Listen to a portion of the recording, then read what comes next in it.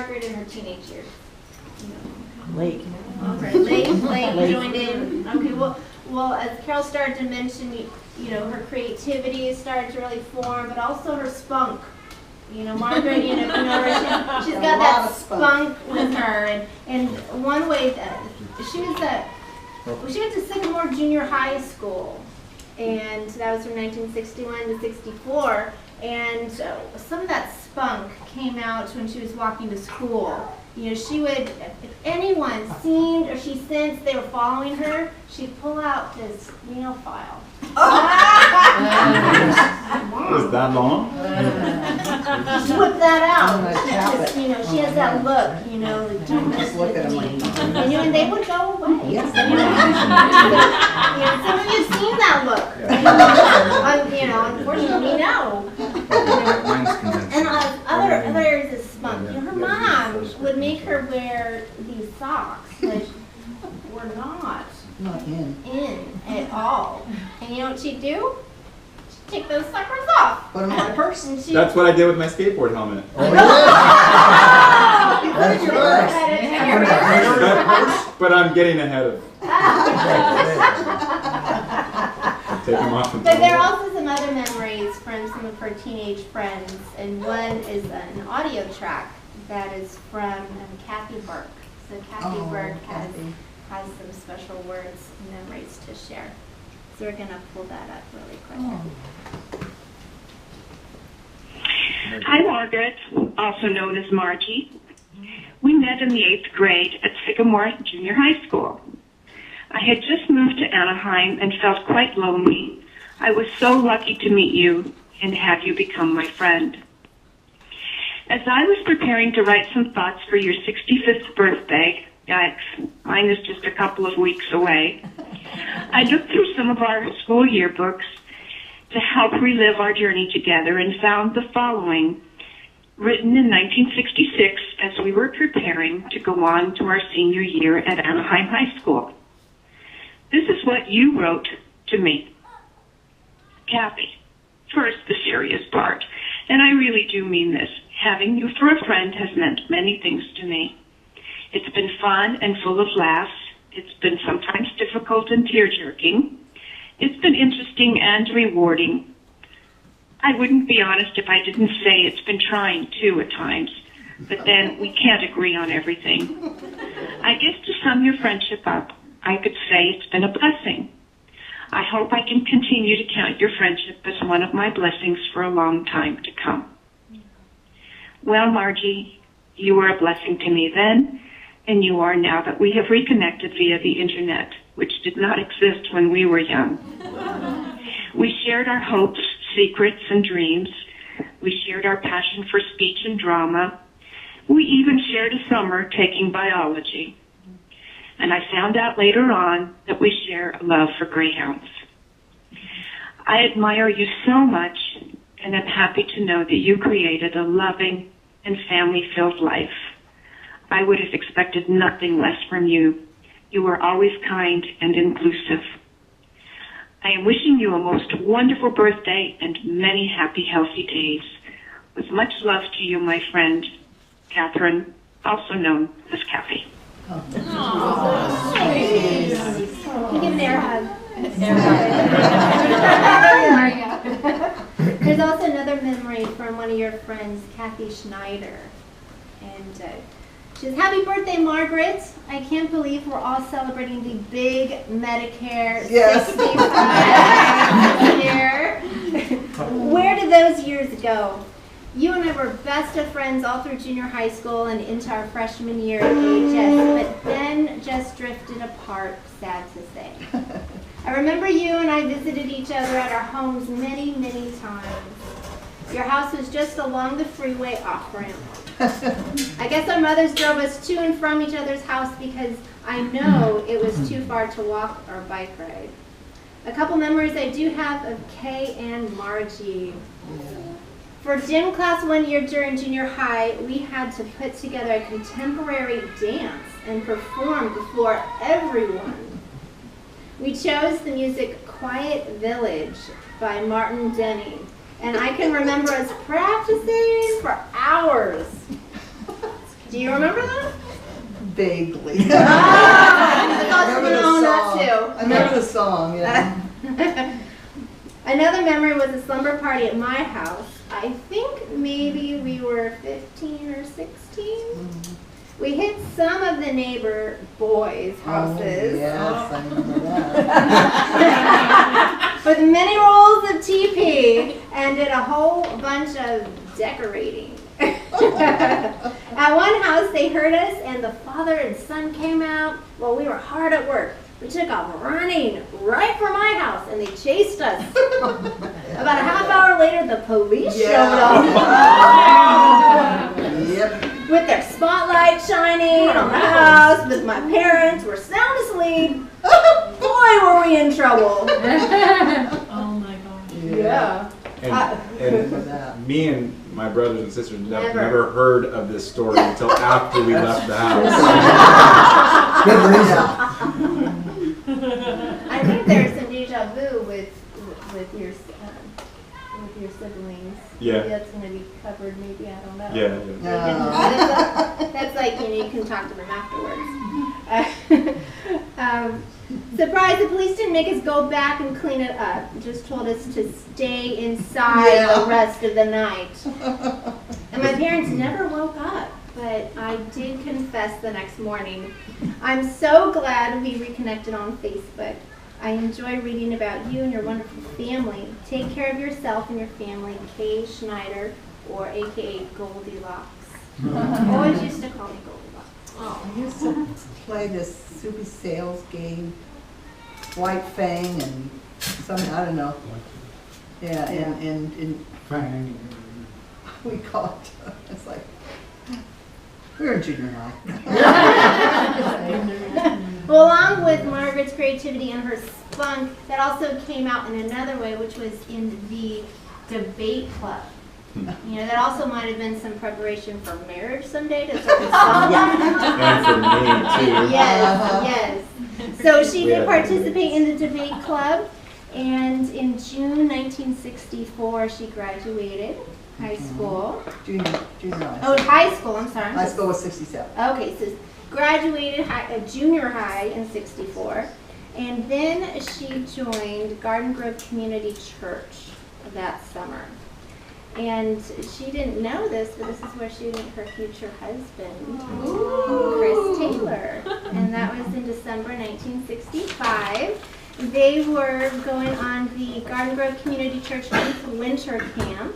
And Chris was the youth group winter camp student director. Whoa! Yeah, big time leadership. And she was the associate director in charge of devotions.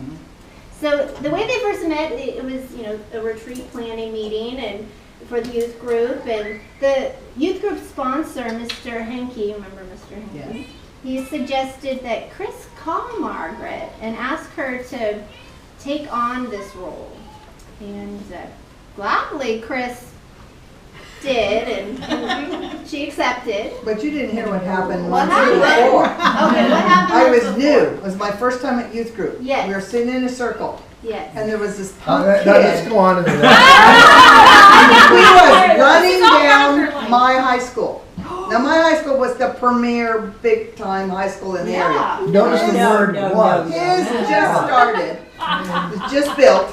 And he's just running off at the mouth of how my high school is old and run down. And Cracks I in the remember wall. looking across the circle and thinking, what a jerk.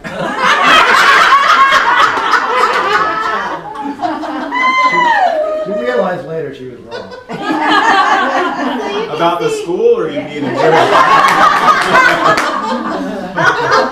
Obviously. That was the first time I noticed him. So that makes it even a little more challenging to Yeah, say, yes, yeah. you're going to I actually work forgot with about this that. pump. I didn't. But she did accept. So on the bus coming home, they sat together.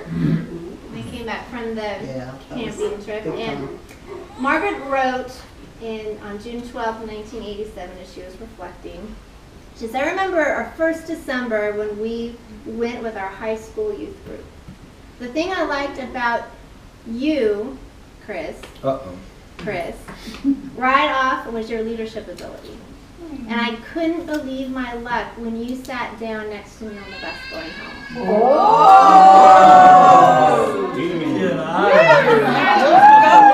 That was big time. But alas, you didn't seem to be interested in anything but friendship. Little did I know.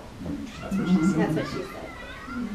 So Chris, he had a little follow-up after that, being a part of his leadership capability. He wrote a little thank you, for her, being part of the team. And so he wrote a thank you to the associate director, Margaret. And this is his thank you. Margie, I have tried to tell you how much I appreciated your hard and faithful work you gave toward our retreat. When I first chose you for the committee, I had no idea how much work was involved. Obviously, the good Lord was instrumental in the choosing of you. He's totally hitting on her. I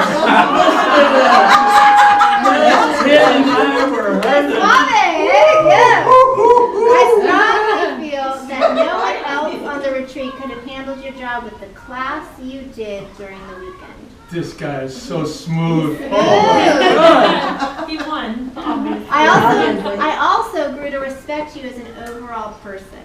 He's using his position to layer it on thick. Yes. You are a very interesting person to converse with. She is. And I enjoyed every minute of your presence. Good luck at the speech tour and continued success, Chris. Wow. Yeah, Okay, so now we want to know. Yes. Did you really like her at the, I didn't want to be too obvious. She's pretty awesome. I have one memory, and I've told you this before, but I was a younger sister, and we would go to night church, and the high school group would all meet in that office area, reception area, and you always read everything. So she was a very interesting person, and she wasn't flirting with anybody, but she was standing there, and pretty soon all the guys were standing around with just Margaret being in the middle. And all the girls were standing over there, and they were like this. And she was proud. And I was just like giddy with proud.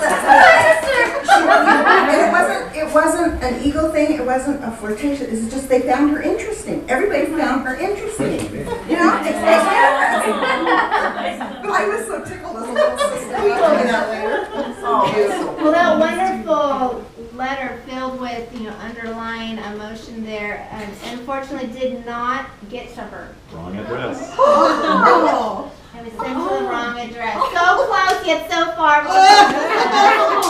The postal service could have ruined my life right now. I would have been done. You're not even worried about your dad's life? It's all about him. But then what happened? What did you do? Thank you, by the way. What did you do? So anyway, the letter got returned to Chris, but he had to hand deliver it. Oh, there it is, a God. Don't trust the government. So later on, they did many more church youth group events together, group trips like to Arizona, and they presented a play using your dramatic ability. That's Mary Magdalene. Yes, a very important woman in the Bible. And she also, Chris was in charge of stage lights. So you were the actress and he was behind the scenes. And then on the bus home, Chris did something that his mom did not approve of. He gave Margaret his school senior key. Well, first he tried to give me his ring. Right. And his mom was like, do you know how much we paid for that? Is this some strange girl? So I didn't give her the key. So she got his key. And there's one specific moment that came to mind when Chris had to go on a family vacation. Much to his chagrin and disappointment, he'd rather be elsewhere at this point. But Chris, do you want to share this, or do you want me to read it? Oh, go ahead, you do Okay. it. So this is, Chris is remembering this. He says, you know, I didn't want to go on my family summer vacation in It's like 6 1966. weeks. 6 weeks at one time. I mean, Anyway, this wasn't like It was a a few long days. time. Yeah. It was 6 weeks. It was Anyway. commitment. Wow. Yeah, Yes, it is. you weren't in The the whole same summer. place the whole time. Yeah, that's part of the problem. Sorry, Chris, I just didn't. No, that's It right. was a long time. Get it out. So he didn't want to go. He'd rather be elsewhere. He'd rather be with Margaret. But his parents insisted. So says, Margaret and I, we tried to exchange mail, but the post office had trouble catching up with my family as we moved from campground to campground. So Margaret, she'd send a letter to where we were camping, but it wouldn't arrive before we moved on to the next campground. And then, because I asked the post office to forward my mail to the new location, but before it arrived, we moved again. So finally, all the letters ended up at home after he returned from vacation. Aww. So. Technology. Yeah. And that's why he's so into technology. Yeah. It's like I lived without it for so long. But in their relationship, there's one point where their relationship was really tested, and that was the Lemon Broadway car accident in Anaheim. So Margaret, she was severely bruised, her ribs, which caused her a lot of pain. But there's a lot of drama that ensued between both parents, both sides of their parents, and that was even worse. The fathers couldn't agree on who would pay for what. And Margaret remembered, she wrote in 1987, so the years of dating passed and we thought we would live happily ever after. But the car accident was to test our loyalty and love. I remember that as the only time that our relationship was in real danger. I felt that I was losing you, and I couldn't blame you. But you were loyal, which is another quality I have known many times in you. Wait, so you guys were in the same car and there was a car accident? Yeah, it was his fault. It was my fault. Went through a red light. Not on purpose. What do you mean not on purpose? He didn't notice it was red. It's an accident. He was looking at you. His mind was, He was focused elsewhere. distracted. There are a lot of lights along that street. A lot of minor streets cross over, and there's a lot of lights. So like what happened to Tim Yes, I when there was lights Yeah. right? I think the sun was. Yeah, the sun was, yeah. But why was there an argument between the parents about One who thought should pay for the it? other should pay for my medical bills, and the other one thought the other one should pay for my medical bills. Well, my insurance paid for everything except the deductible. Right. And my dad told her dad, it would make sense for you to put a claim in also to get the deductible, and then we could be zeroed out. But he said, no way, I'm not putting a claim in against my insurance. So they It's your fought. son's fault. You know what they do when you put in a claim? They drop you. Either that or they raise your rates. Right, exactly. Yes. Thank God you guys made it sound like that. Yeah. How is it resolved? Oh, he wasn't allowed to come to my house for the longest time. So what happened was our friend Dave would come pick me up for church or choir or youth group, and then he would drive over to State College Boulevard to a gas station and drop me off, and he'd pick me up. And or then finally my dad, I could date him, but he couldn't come to the door. My dad said he'd break every bone in his body. And so he'd pull up and honk. And the neighbors thought that was so rude. Romeo and Trying to Juliet. survive. Yeah, the Capulets in the month. Yeah.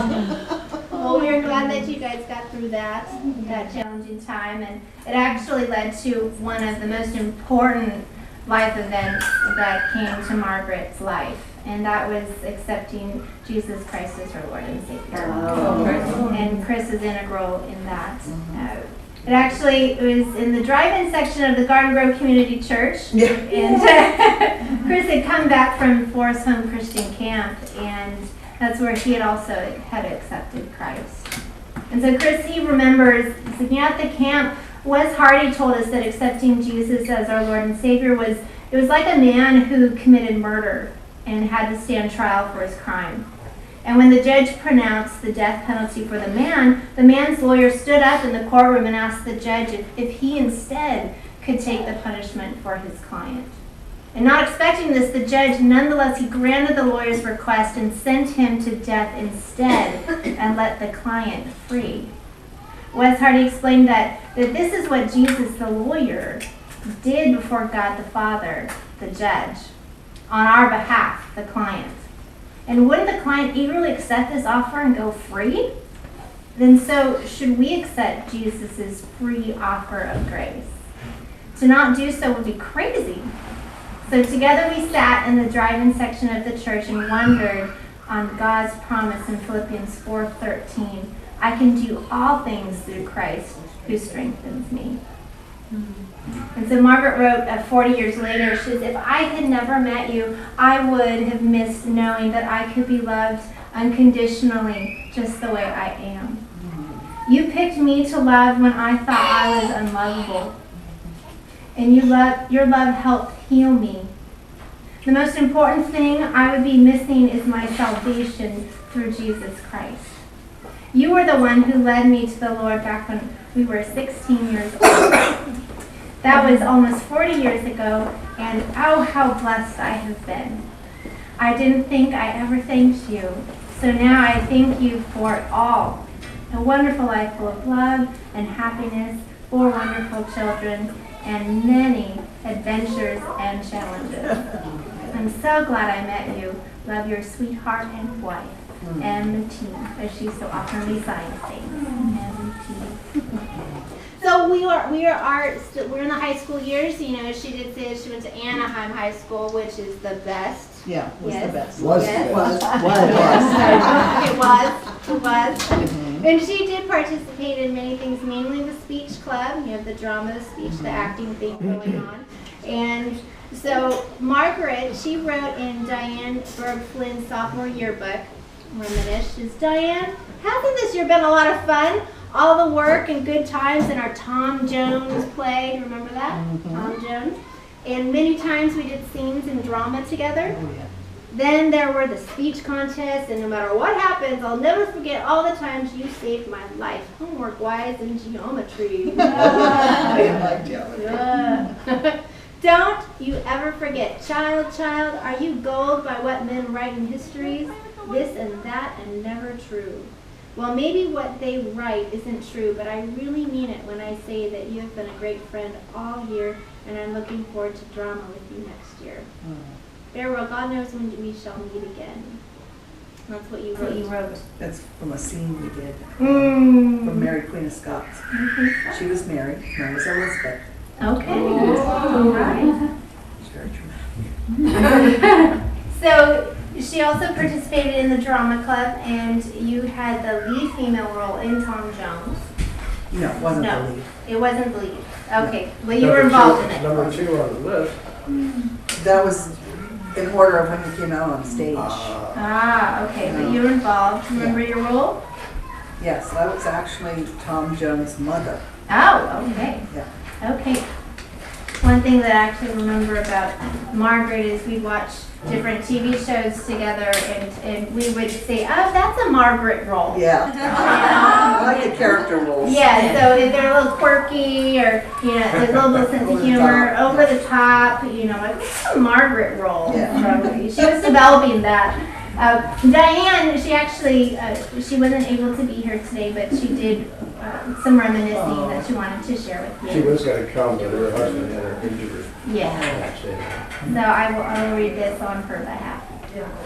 Dear Margie, because that is what I called you back then, I have many good memories of our friendship in high school and of a few visits even after school. Outside of school activities, I remember going to the Crystal Cathedral with you. I don't think I really listened to the word at that time. I was more interested in looking for guys. But that time is very precious to me now. When grow up life is hard, I turn to God. My relationship with Him is now the basis for how I live. That time with you just strengthened the fact that He was always looking after me. I remember how I looked up to you. I thought you were so mature and sure of yourself. I envied your seemingly freedom to do what you wanted. I wished I could be like you. Oh my. I think you later told me on a visit one time or another that your home life was not so great and you thought mine was better. But back then I really looked up to you. Then I remember visiting you one time with my two little boys and they managed to rip a pillow, getting the stuffing all over the place. Oh, she was so embarrassed, and I remember more visits and the trains. Then my life became overwhelmed with working and going to school and raising children. And I never did come see your daughter. I think of that when I think of you. And you would be surprised at how often I do think of you. I'm so glad for this birthday as a chance to see you once more. May you have a blessed 65th birthday and many, many more. Love, Diane. So air hug. Okay, so you did graduate high school in June 1967. I was 25 out of over 800 seniors. Woo! That's awesome. Claim to fame. Yes. And you had written a memory in Diane Flynn's senior yearbook. And we will wrap this up before our taco bar goes away. Dear Diane, even if you reserved the whole yearbook for me to write in, I couldn't begin to express how much your friendship has meant to me. I guess the reason I like to be with you is that you are so easygoing, understanding, and I don't have to worry about hurting your feelings like I do with certain other people. Wow. I don't care how busy you get this summer, you will just have to find some time for me. I'll see about fitting you in somewhere. Call my secretary for an appointment. Now don't get all misty. So that is a wrap up of your teenage years. I made it out. Is that the car that got shredded? Feeling by Victor Bell. Oh, okay. All right, so that'll open up food. We've got food around the corner over here. There's a taco cart. Please help yourself. I think what you want to do is grab your plate, take it with you, and I remember how